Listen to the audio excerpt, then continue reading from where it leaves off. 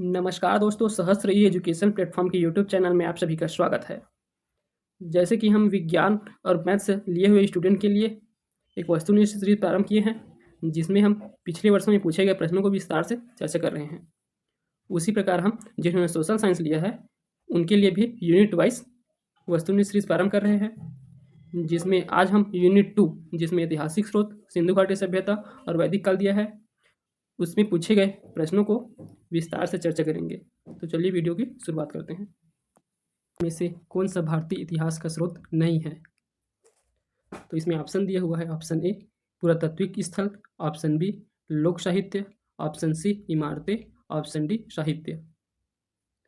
तो चलिए अब इसमें हम जान लेते हैं पहले कि भारतीय इतिहास को स्रोतों का वर्गीकरण कैसे करते हैं। तो भारतीय इतिहास के स्रोतों को हम 3 प्रकार से वर्गीकरण करते हैं मुख्य रूप से। तो जैसे कि पहले लेते हैं हम लोग साहित्य को, साहित्य ग्रंथ, और दूसरा होता है पुरातात्विक स्रोत, और तीसरा होता है यात्रा विवरण। ये 3 मुख्य आधार होता है इतिहास के स्रोतों का वर्गीकरण का, जिसमें साहित्यिक ग्रंथ के अंतर्गत हम धार्मिक ग्रंथ को लेते हैं, लौकिक ग्रंथों को लेते हैं। तो धार्मिक ग्रंथों के अंतर्गत जैसे वेद हो गए, उपनिषद हो गए, रामायण हो गया, महाभारत हो गया, ये सब जो काव्य हैं वे सब धार्मिक ग्रंथ के अंतर्गत आएंगे। और लौकिक ग्रंथ के अंतर्गत जो महान विद्वान द्वारा लिखे गए हैं, जैसे पाणिनि द्वारा अष्टाध्याय लिखा गया है, कौटिल्य द्वारा अर्थशास्त्र लिखा गया है, ये सब लौकिक ग्रंथ के अंतर्गत आएंगे। वही अगर हम पुरातात्विक स्रोत की बात करें तो इसमें हम अभिलेख रखते हैं। तो अभिलेख में शिलालेख, स्तंभलेख सभी आ जाते हैं। और मुद्रा, मूर्ति बना हो, मंदिर बने होते हैं वे, इमारत या भवन बने होते हैं वे, तो ये सब जो है पुरातात्विक स्रोत के अंतर्गत आते हैं। और वही अगर यात्रा विवरण की बात करें तो विदेशी यात्रियों के द्वारा भारत में आके यात्रा किया गया और उन्होंने अपने यात्रा विवरण को एक पुस्तक के रूप में लिखा है। उनके माध्यम से भारत के इतिहास की जानकारी प्राप्त होती है, तो उन्हें भी हम भारतीय इतिहास के स्रोतों में रखते हैं। जैसे वेन सांग का सियुकी रहता है, तो यह भी एक यात्रा विवरण है। वैसी मेगास्थनीज का इंडिका, तो ये सब जो है भारतीय इतिहास के स्रोत कहलाएंगे। तो अब इस प्रश्न का उत्तर क्या होगा? तो इसमें ऑप्शन बी ही दिया हुआ है, लोक साहित्य। तो लोक साहित्य में इसमें जो है कहानियाँ होता है लोक साहित्य में, जो आंचलिक क्षेत्र में है ना वहाँ लिखे जाते हैं और वहाँ की संस्कृति के ऊपर कहानियाँ लिखी जाती हैं, वो जो है लोक साहित्य होते हैं। तो ये जो है भारतीय इतिहास का स्रोत नहीं होता है। बाकी पुरातात्विक स्थल होंगे, इमारत होंगे और साहित्य होंगे। तो चलिए अब अगले प्रश्न को देखते हैं। भारतीय इतिहास के निम्नलिखित पुरातात्विक स्रोत हैं, तो दिए गए हैं उनमें से कौन से पुरातात्विक स्रोत हैं, इसे हमें बताना है। तो चलिए देखते हैं। पहला दिया हुआ है शिलालेख। तो शिलालेख होते हैं पुरातात्विक स्रोत, ताम्रपत्र भी होते हैं, स्तंभलेख भी होते हैं, परंतु ये भोजपत्र, तो भोजपत्र क्या होता है? जो भोजन के लिए निमंत्रण पत्र रहता है उसे बोलते हैं भोजपत्र। तो ये जो है कोई पुरातात्विक स्रोत नहीं है। तो ए, बी और डी ये है। तो ए, बी, डी कहाँ है? ए, बी और डी, तो ऑप्शन सी इसका सही उत्तर होगा। चलिए अगला प्रश्न देखते हैं। इतिहास के स्रोत के रूप में प्रस्तर लेखों को कक्षा में समझाने के लिए निम्नलिखित में से किसका उदाहरण दिया जा सकता है? ऑप्शन ए धार्मिक भवनों में लगे दान अभिलेखों का, ऑप्शन बी सरकारी भवनों में लगे आधारशिला या उद्घाटन पत्थरों का, ऑप्शन सी ए और बी दोनों का, ऑप्शन डी उपरोक्त में से कोई नहीं। तो यदि आप क्लास में समझा रहे हैं उन्हें इतिहास के स्रोत के रूप में प्रस्तर लेखों को, तो पत्थर के लेखों को आपको समझाना है, तो इसके उदाहरण के रूप में आप किनका प्रयोग करेंगे? तो देखिए, धार्मिक भवनों में लगे जो अभिलेख हैं उसका भी उदाहरण देंगे आप। सरकारी भवनों में जो अभी आधारशिला रखते हैं या उद्घाटन करते हैं, तो पत्थर का जो अभिलेख चिपकाते हैं ना, जिसमें उद्घाटन करने वाले का नाम रहता है, जिस संस्था का उद्घाटन किया जा रहा है उसके बारे में डिटेल से लिखा रहता है, तो ये जो है ये भी उदाहरण के रूप में आप समझा सकते हैं। तो इस प्रश्न का सही उत्तर हो जाएगा ए और बी दोनों। चलिए आगे देखते हैं। तो देखिए, ये जो कुछ महत्वपूर्ण अभिलेख हैं और 21 शासक के द्वारा जारी किए गए हैं अभिलेख, उसको याद कर लेते हैं, क्योंकि ये जो है परीक्षा में बार बार पूछे जाते हैं। तो चलिए पहले इसे याद करने का प्रयास करते हैं। तो प्रयाग प्रशस्ति ये है समुद्रगुप्त का। तो देखिए प्रयाग क्या होता है, नदियों का संगम होता है प्रयाग। तो नदियों का संगम होता है और नदियाँ जो है अंतिम रूप से कहाँ जाके मिलती है, समुद्र में। तो इस तरह आप याद रख सकते हैं प्रयाग से समुद्रगुप्त को। अगला है भीतरी स्तंभलेख, ये जो है स्कंदगुप्त का है, ये भी गुप्त वंश के शासक थे। तो भीतरी और स्कंद, तो यहाँ भीतरी ले लीजिए और यहाँ कंद ले लीजिए। कंद मतलब क्या होता है, कांदा। तो ये कहाँ रहता है, ये जो है एकदम भीतर में रहता है। तो भीतरी कंद, तो कंद जो है एकदम भीतर में रहता है, इससे याद रख सकते हैं आप। फिर है एरण, तो एरण ये है भानुगुप्त का एरण। तो रण में भानु, तो रण में भानु इस शब्द से आप याद रख सकते हैं, रण में भानु, इससे आप भानुगुप्त का एरण अभिलेख है उसे याद रख सकते हैं। फिर है हाथी गुफा अभिलेख, ये जो है खारवेल का है, कलिंग के शासक है खारवेल, उनका है। तो इसे कैसे याद रखना है, हाथी है तो हाथी घूमने के लिए निकलता है, तो कहाँ घूम रहा है वो, खार। खार यानी क्या होता है, खेत को बोलते हैं खार। तो खार में हाथी घूम रहा है, तो इससे आप याद रख सकते हैं।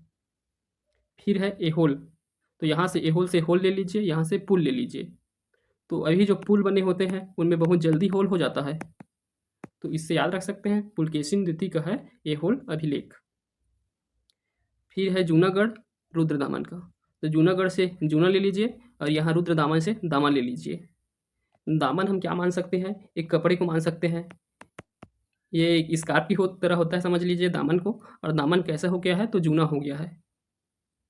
तो इससे आप याद रख सकते हैं कि दामन जूना है। ठीक, तो इस प्रकार आप इसे याद रख सकते हैं। और अंतिम है ये नासिक, जो है गौतमी बलश्री का, ये जो है सतवाहन का वंश का शासक है गौतमी बलश्री, तो इनका है नासिक। तो इसे ये भी याद रहेगा आपको, नासिक में ही इनकी राजधानी इसी के आसपास था महाराष्ट्र में, तो नासिक से किए थे गौतमी बलश्री अपने अभिलेख जारी। तो इससे आप लोग को लगभग याद हो जाएगा। अब बाकी इनके बारे में और कुछ कुछ विशेष है उन्हें भी जान लेते हैं। तो जैसे प्रयाग प्रशस्ति है समुद्रगुप्त का, तो इसके बारे ये किसकी चीज़ की जानकारी देता है, समुद्रगुप्त के विजय अभियान का जानकारी देता है। और इसकी रचना जो है इनके दरबारी कवि थे हरिश्चंद्र, उनके द्वारा किया गया था। तो प्रयाग प्रशस्ति बहुत इंपॉर्टेंट है, इसे याद रखना है। फिर इंपॉर्टेंट है ये एरण अभिलेख, तो एरण अभिलेख जो है भानुगुप्त का है, ये भी गुप्त वंश के शासक है। तो इस एरण अभिलेख से हमें क्या जानकारी मिलता है, सती प्रथा का प्रथम लिखित साक्ष्य मिलता है, सती प्रथा का प्रथम लिखित साक्ष्य एरण अभिलेख से। उसके बाद है हाथी गुफा अभिलेख, तो हाथी गुफा अभिलेख में ये जो है कलिंग नरेश खारवेल का है। तो इसमें जो है पहली बार भारत वर्ष शब्द का प्रयोग किया गया है, तो यहाँ पहली बार भारतवर्ष शब्द मिलता है। ठीक, उसके बाद है ये जूनागढ़, तो जूनागढ़ है यहाँ जो सौराष्ट्र में सुदर्शन झील है, सुदर्शन झील जो कहाँ है, गुजरात के सौराष्ट्र में। तो सुदर्शन झील का निर्माण करने वालों शासकों के संबंध में जानकारी मिलता है। तो ये सभी इंपॉर्टेंट है, इन सबको याद रखना है आपको। चलिए अब आगे प्रश्न देखते हैं। अब यहाँ से सिंधु घाटी सभ्यता के प्रश्न प्रारंभ है। तो पहला है यहाँ सिंधु सभ्यता थी, ऑप्शन ए ग्रामीण सभ्यता, ऑप्शन बी नगरीय सभ्यता, ऑप्शन सी कृषि आधारित सभ्यता, ऑप्शन डी लवयुगीन सभ्यता। तो सिंधु सभ्यता कैसी थी, तो आप पढ़े ही होंगे इसे बार बार ही कि सिंधु सभ्यता जो है भारत की पहली नगरीय सभ्यता थी, भारत क्या पूरे विश्व की पहली नगरीय सभ्यता थी। तो ये जो है पहली नगरीय सभ्यता है। तो इसके संबंध में हमें और कुछ कुछ बातें याद रखना है, जैसे कि ये नगरीय सभ्यता थी तो इनके जो शहर थे, नगर, वे जो है दो भाग में बटे हुए थे, दो भाग, जिसमें से पश्चिम भाग पे दुर्गीकृत होते थे, मतलब दुर्ग बने हुए थे, दुर्ग मतलब किले बने हुए थे, और वे जो है यहाँ शासक वर्ग लोग निवास करते थे।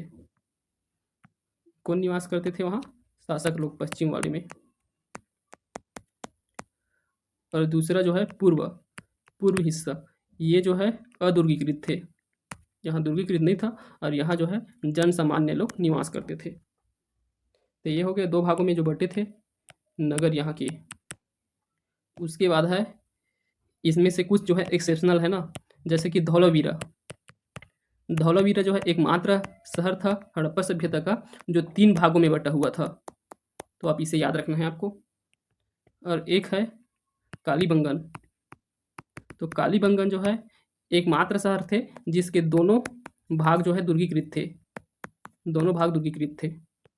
और एक है लो चन्हुदंडो, चन्हुदंडो, चन्हुदंडो, यहाँ एकमात्र शहर था जिसके एक भी दुर्गीकृत नहीं थे, एक भी जो भाग है वो दुर्गीकृत नहीं था, एकमात्र है चन्हुदंडो। तो इन सब को आप याद रख सकते हैं। तो नगरी सभ्यता पूछा है तो ये सब जो फैक्ट हैं उससे प्रश्न पूछ सकते हैं। इसके संबंध में और जाने तो अगर यहाँ की जो सिंधु घाटी के जो नगर है ग्रिड पद्धति पे आधारित थे तथा और समकोण यहाँ की जो रोड है वो समकोण में काटते थे। यहाँ जल निकास की उत्तम व्यवस्था थी और यहाँ के जो घर है वो पक्के ईंटों के बने हुए थे, पक्के ईंटों से घर बने हुए थे। तो ये जो है नगरी सभ्यता की विशेषता थी सिंधु घाटी सभ्यता की। तो चलिए अगला प्रश्न देखते हैं। सिंधु घाटी सभ्यता के किस स्थान की सर्वप्रथम खुदाई की गई? Option A Mohenjodaro, option B Kalibangan, option C Harappa, option D Lothal. तो सबसे पहले खुदाई कहाँ किया गया था? तो इसका उत्तर है ऑप्शन सी हड़प्पा। तो सिंधु घाटी सभ्यता का सबसे पहला खुदाई हुआ था, सर्वप्रथम खुदाई, इस कारण इसे हड़प्पा सभ्यता के नाम से भी जानते हैं, हड़प्पा सभ्यता। तो इसका नामकरण सिंधु घाटी सभ्यता को और किस नाम से जानते हैं? तो ये होगा हड़प्पा सभ्यता। और सिंधु घाटी सभ्यता क्यों कहते हैं? क्योंकि जो प्रारंभिक उत्खनन कार्य हुआ था स्टार्टिंग का, वो जो है ज़्यादातर कहाँ हुआ था? सिंधु नदी के तट पे हुआ था, इस कारण इसे सिंधु घाटी सभ्यता नाम दिया गया। और एक और नाम मिलता है जो मेसोपोटामिया के जो प्राप्त अभिलेख हैं और सिक्के प्राप्त हैं वहाँ, उसमें मिलता है मेसोपोटामिया के लोग हड़प्पा सभ्यता के लोगों को मेलुहा कहते थे, मेलुहा। तो ये तीनों जो है हड़प्पा सभ्यता, सिंधु घाटी सभ्यता और मेलुहा, ये तीनों जो है नाम है। अगला प्रश्न है, प्राचीन भारत के व्यापारी निम्नलिखित में से किस देश में व्यापार करने जाते थे? ऑप्शन ए मिस्र, option B Rome, option C सिकंदरिया, ऑप्शन डी उपरोक्त सभी। तो देखिए इसमें हड़प्पा सभ्यता सिर्फ नहीं पूछा गया है, यहाँ पूरे प्राचीन भारत की बात किया गया है। तो प्राचीन भारत के अंतर्गत हम पूरा कहाँ से पढ़ेंगे? हड़प्पा सभ्यता से लेकर के पूरा हम कहाँ, हर्षवर्धन के काल तक के, हर्षवर्धन के काल तक के। तो इस बीच में क्या क्या हुआ है? तो मिस्र के साथ व्यापार किनका हुआ था? मिस्र के साथ व्यापार तो सिंधु घाटी सभ्यता के लोग, तो सिंधु घाटी सभ्यता के लोग मिस्र के साथ व्यापार किए हैं, तो इसका ये भी सही होगा। और रोम, रोम के साथ सातवाहन, सातवाहनों के काल में रोम के साथ अच्छा व्यापार था, तो ये भी सही होगा। फिर है सिकंदरिया, तो सिकंदरिया इसका जो व्यापार है ये मौर्य और मौर्य के जो उत्तर काल है, मौर्य उत्तर काल, उस समय जो है सिकंदरिया से अच्छे खासे व्यापार हुए थे। तो इस आधार पर इस प्रश्न का सही उत्तर हो जाएगा उपयुक्त सभी। चलिए अब अगला प्रश्न देखते हैं। सिंधु सभ्यता के ऐसे दो स्थान जो चावल के काश्त के लिए जाने जाते हैं जो सबसे प्राचीन हैं, तो ये स्थान के नाम दिए हैं 4 स्थान, इनमें से वो कौन से 2 स्थान हैं जहाँ चावल काश्त होता था, मतलब जहाँ चावल के साक्ष्य मिले हैं? तो देखिए ऑप्शन ए, मतलब ए है अमेरी, दूसरा है कुल्डी हवा, तीसरा मेहरगढ़, चौथा गुमला। तो हमें कुल्डी हवा और मेहरगढ़ से चावल के साक्ष्य प्राप्त हुए हैं, कुल्डी हवा और मेहरगढ़ से। यहाँ सिंधु सभ्यता बोला गया है, पर ये दोनों जो है पाषाणकालीन स्थल थे, और वही पाषाणकालीन में कौन सा पाषाण? नवपाषाणकालीन स्थल है ये,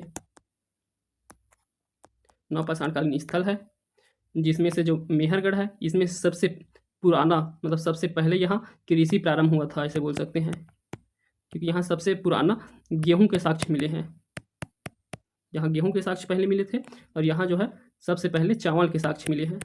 तो कुल्डी हवा जो है चावल के साक्ष्य के लिए है और गेहूं के लिए मेहरगढ़ है, ठीक। लेकिन यहाँ सिंधु सभ्यता लिखा हुआ है, फिर भी इसका आंसर ये दोनों को लिया है, कुल्डी हवा और मेहरगढ़ को। तो ऑप्शन 2 और 3, तो ऑप्शन बी जो है सही होगा। चलिए अब अगला देखते हैं। सिंधु घाटी सभ्यता के निम्नलिखित में से किस स्थान से खंभात की खाड़ी से जुड़ा हुआ बंदरगाह खोजा गया है? Option A Lothal, option B Sutkagendor, option C Amri, option D चन्हुदंडो।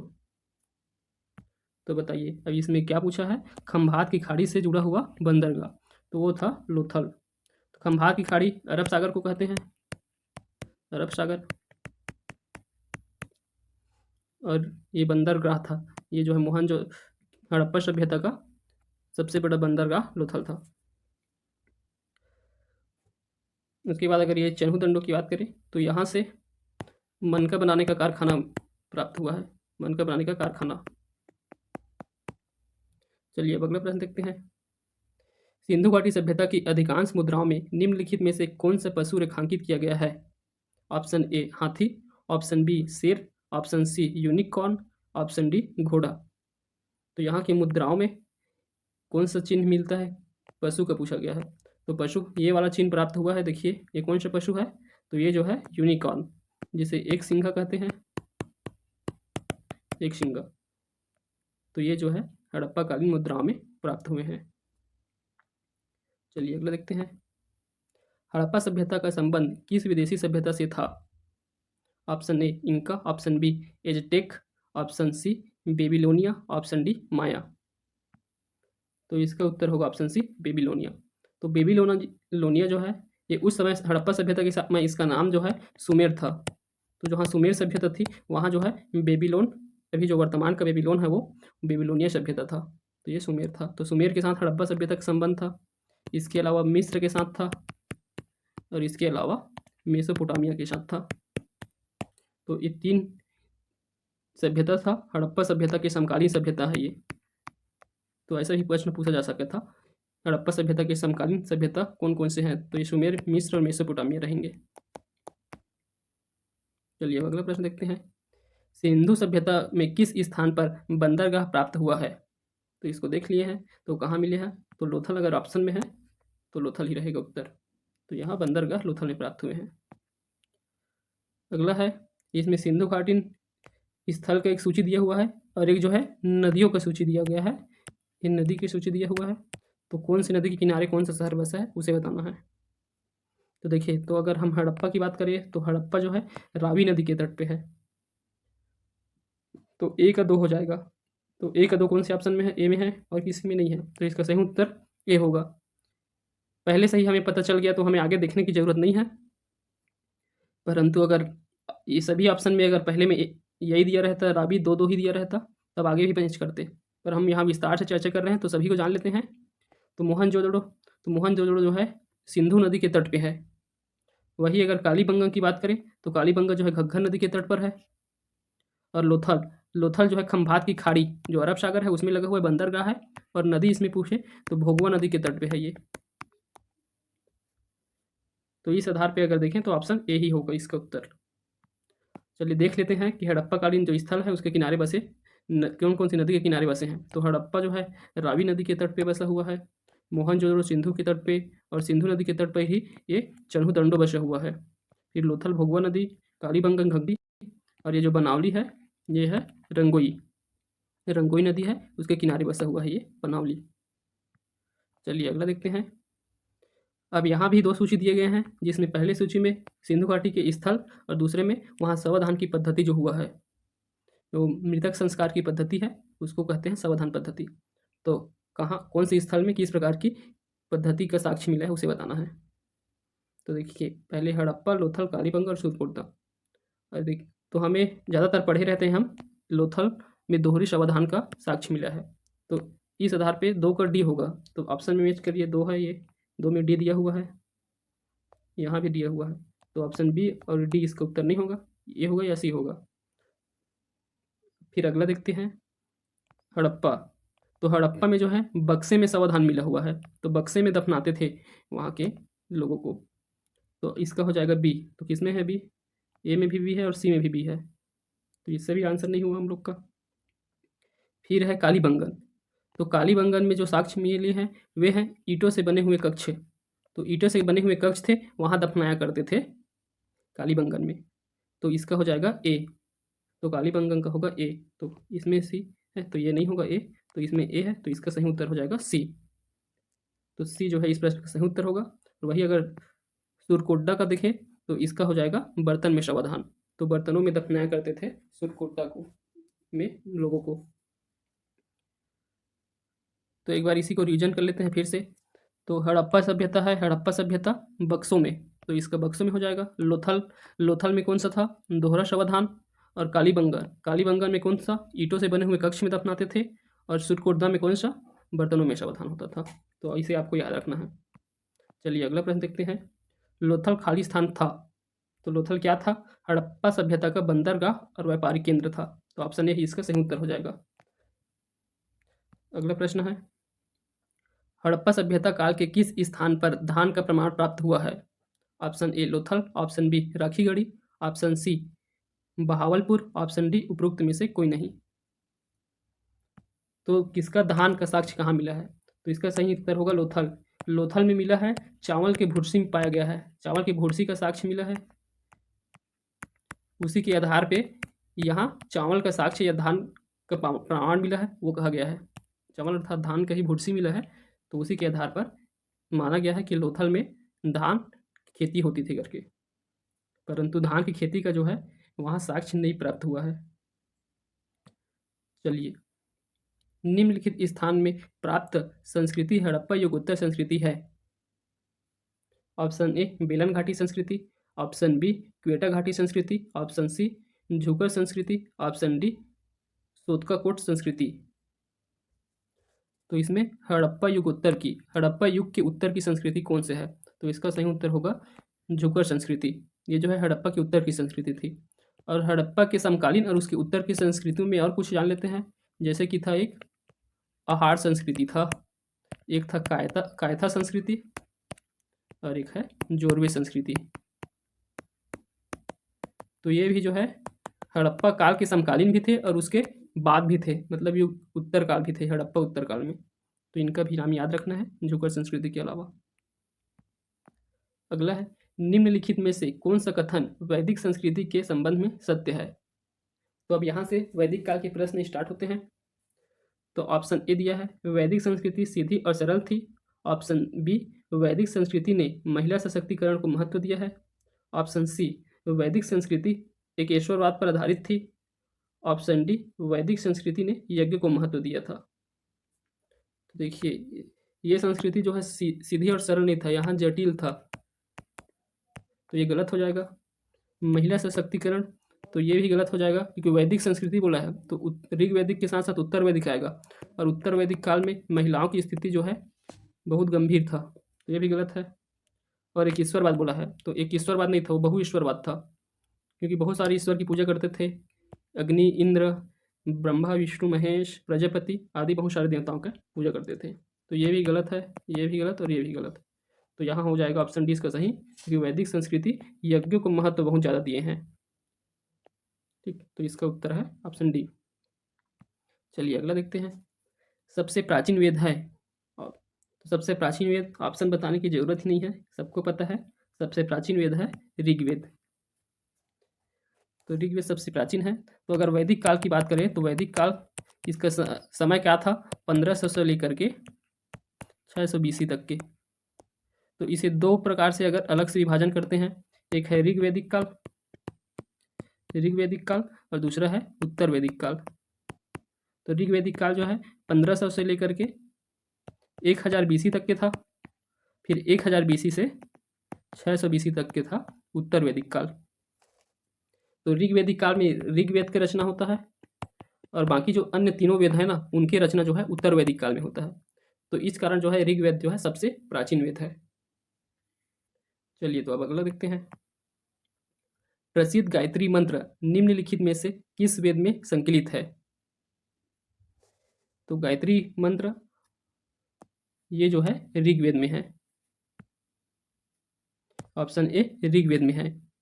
तो गायत्री मंत्र इसकी रचना जो है कौन किए हैं? तो गायत्री मंत्र की रचना जो है महर्षि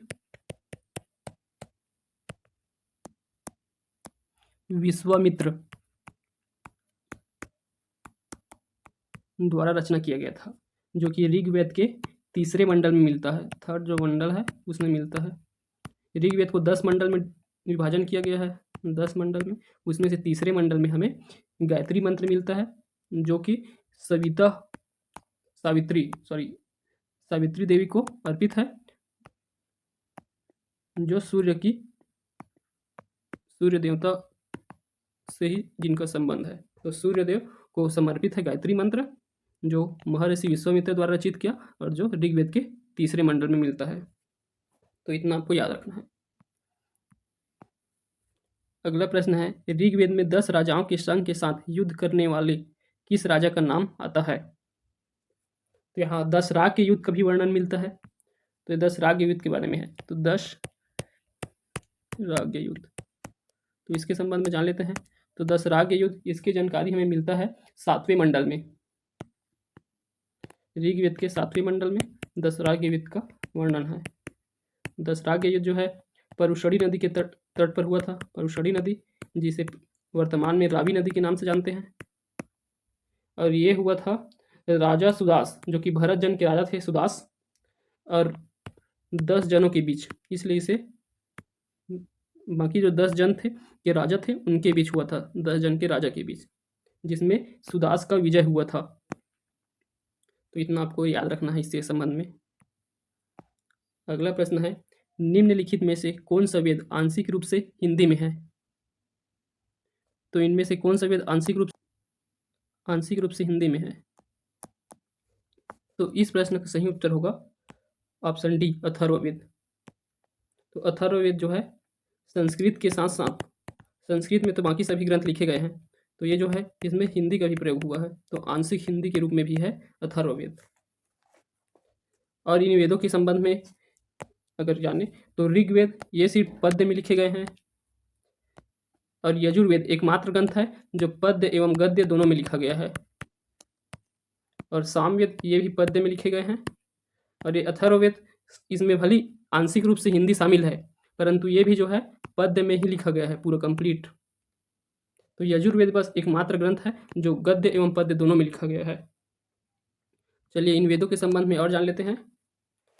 तो अगर बात करें इन वेद, इनके विषय के बारे में, तो देखिए ऋग्वेद का जो विषय है इसमें मंत्र और स्तुतियों का वर्णन किया गया है। सामवेद में संगीत के रूप में, जो ऋग्वेद के जो मंत्र हैं उसी को संगीत के रूप में सामवेद में समाहित किया गया है।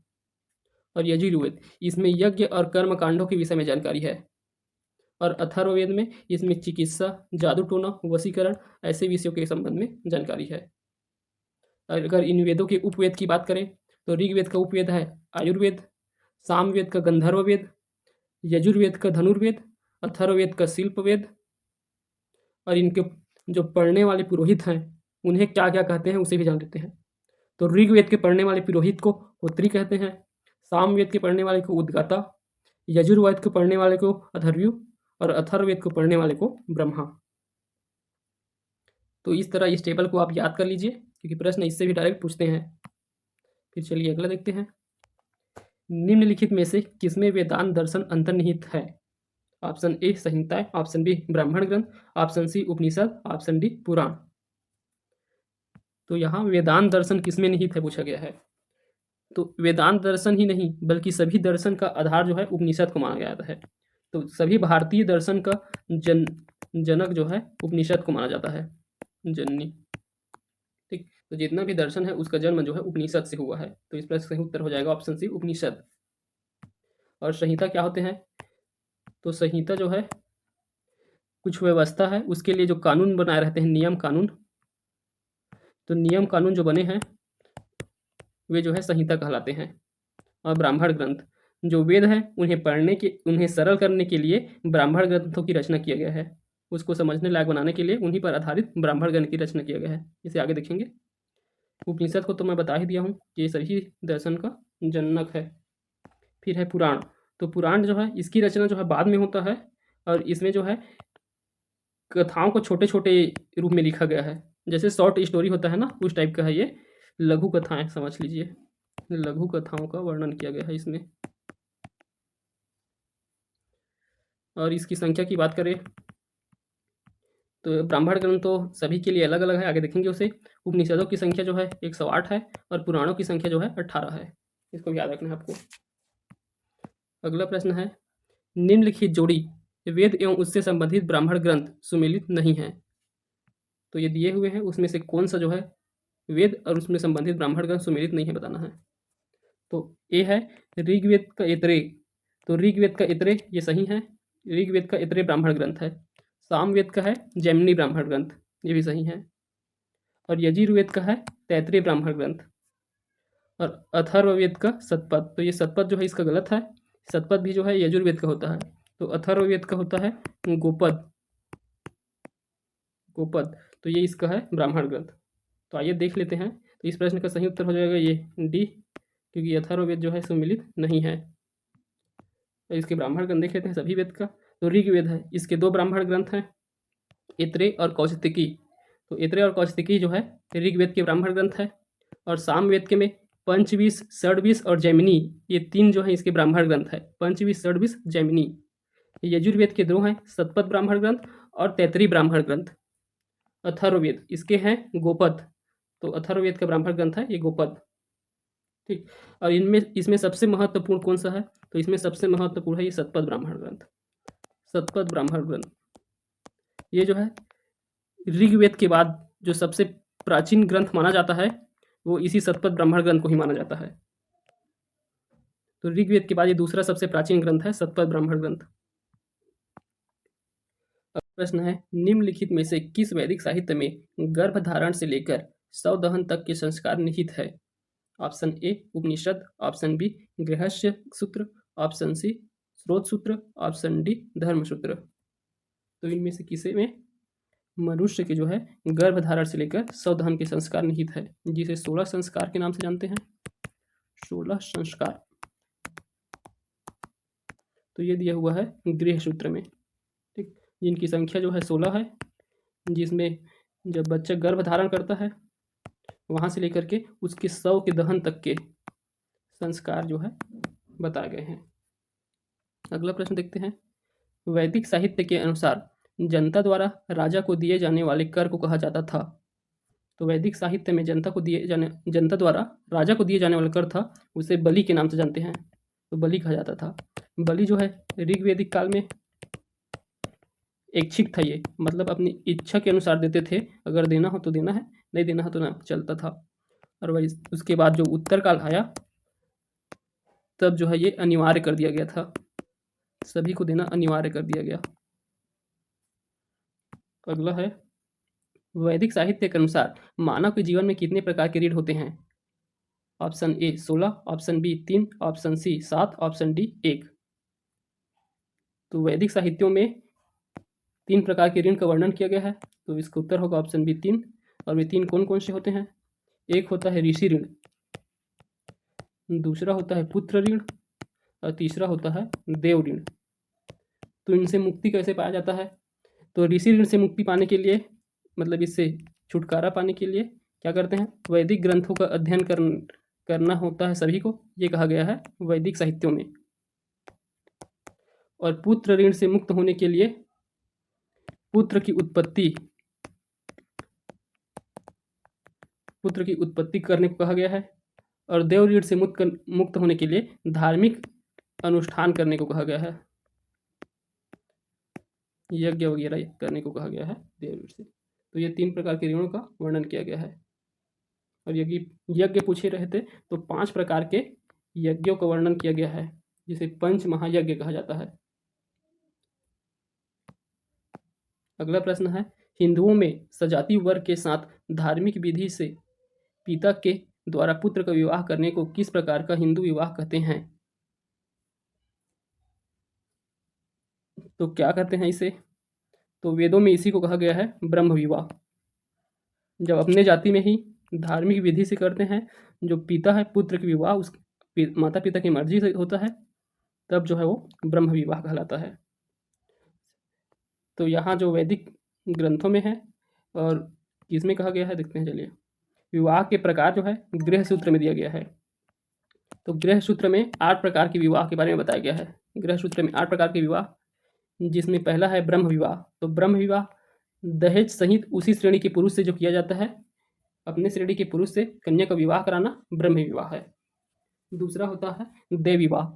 तो इसमें जो यज्ञकर्ता पुरोहित होता है उसके साथ अपनी कन्या का विवाह करा देते हैं, तो ये जो है देव विवाह होता है।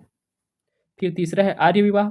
इसमें दहेज में एक जोड़ी गाय और बैल दिया जाता है। तो इसमें दहेज में एक जोड़ी गाय और बैला देकर जो विवाह किया जाता है वो जो है आर्य विवाह होता है। फिर है प्रजापत्य विवाह। प्रजापत्य विवाह में बिना दहेज के विवाह होता है। फिर आता है गंधर्व विवाह। तो गंधर्व विवाह में माता पिता की इच्छा के बिना जो वर और वधू हैं वे जो है प्रेम विवाह कर लेते हैं, तब वे गंधर्व विवाह कहलाता है। असुर विवाह, तो असुर विवाह में कन्या का पिता जो है वर से वधू मूल्य लेता है, तो उससे मूल्य लेकर उससे विवाह कर देता है, तो ये असुर विवाह कहलाएगा। और सातवां है राक्षस विवाह, तो इसमें जो है कन्या का अपहरण करके अगर कोई पुरुष विवाह कर रहा है तो वो जो है राक्षस विवाह कहलाता है। फिर आठवां है पैशाच विवाह, तो इसमें जो है कन्या को भगा कर ले जाता है, और वो भी कब, जब वह चेतना में ना हो, तब ये जो है पैशाच विवाह कहलाता है। चेतना में ना हो कहने का तात्पर्य है कि उसको जो है मानसिक रूप से विच्छित कर देता है, उसके बाद फिर उसे भगा के ले जाता है और विवाह करता है, तब ये जो है पैशाच विवाह कहा जाता है। ऊपर के जो 4 विवाह हैं उसे जो है श्रेष्ठ कहा गया है, और नीचे के जो विवाह है उनको अनैतिक माना गया है वैदिक ग्रंथों में।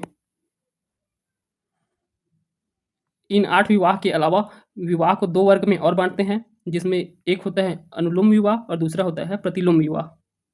तो अनुलोम विवाह कब कहलाता है, जब उच्च वर्ग का पुरुष जो है निम्न वर्ग की कन्या से विवाह करेगा तो जो है अनुलोम विवाह कहलाएगा। और प्रतिलोम विवाह जस्ट उसके उल्टा होता है, उच्च वर्ग का कन्या निम्न वर्ग के पुरुष से विवाह करेगा, तब वो है प्रतिलोम विवाह कहलाएगा। तो इन विवाह के प्रकारों को, इनका अर्थ क्या होता है उसको आप याद कर लीजिए, क्योंकि इससे प्रश्न पूछे जाते हैं। अब अगला प्रश्न देखते हैं, वैदिक युग के धार्मिक जीवन के संबंध में निम्नलिखित में से कौन सा कथन सत्य है। ऑप्शन ए, एक ईश्वरवाद की अवधारणा मौजूद थी। ऑप्शन बी, यज्ञ के महत्व का विस्तार हुआ। ऑप्शन सी, प्राकृतिक चिन्हों की प्रार्थनाओं में वृद्धि हुई। ऑप्शन डी, मानव जीवन को आश्रमों में विभाजित किया गया। तो इस प्रश्न का उत्तर क्या होगा, तो इसका उत्तर होगा ऑप्शन बी, यज्ञों के महत्व का विस्तार हुआ। इससे पहले भी हम इस प्रकार का प्रश्न देख चुके हैं कि वैदिक युग में सबसे ज़्यादा महत्व किसे देने गया, यज्ञ को सबसे ज़्यादा महत्व देने दिया गया। तो चलिए अब अगला प्रश्न देखते हैं, सत्यमेव जयते शब्द कहाँ से लिया गया है। तो सत्यमेव जयते सबको पता है, ये जो है मुंडकोपनिषद से लिया गया है। अगला प्रश्न है जो कि आज का अंतिम प्रश्न है, रामायण के लेखक कौन है। तो रामायण के लेखक ये है महर्षि वाल्मीकि। तो वाल्मीकि जो है रामायण के लेखक हैं। अगर तुलसीदास पूछ रहे थे, तुलसीदास जो है रामचरितमानस के लेखक हैं। रामचरितमानस, साथ ही हनुमान चालीसा, ये जो है तुलसीदास द्वारा लिखा गया है। और महर्षि वेदव्यास, इनके द्वारा महाभारत लिखा गया था। महाभारत की रचना महर्षि वेदव्यास। तो ये आज का अंतिम प्रश्न है। उम्मीद है आप लोगों को पसंद आया होगा। तो इस सीरीज़ को हम ऐसे ही आगे बढ़ाएंगे, यूनिट वाइज तैयारी करते जाएंगे, जो आपकी आने वाले एग्ज़ाम के लिए बहुत ही उपयोगी होगा। तो आप चैनल से जुड़े रहिए, चैनल को सब्सक्राइब कीजिए। धन्यवाद।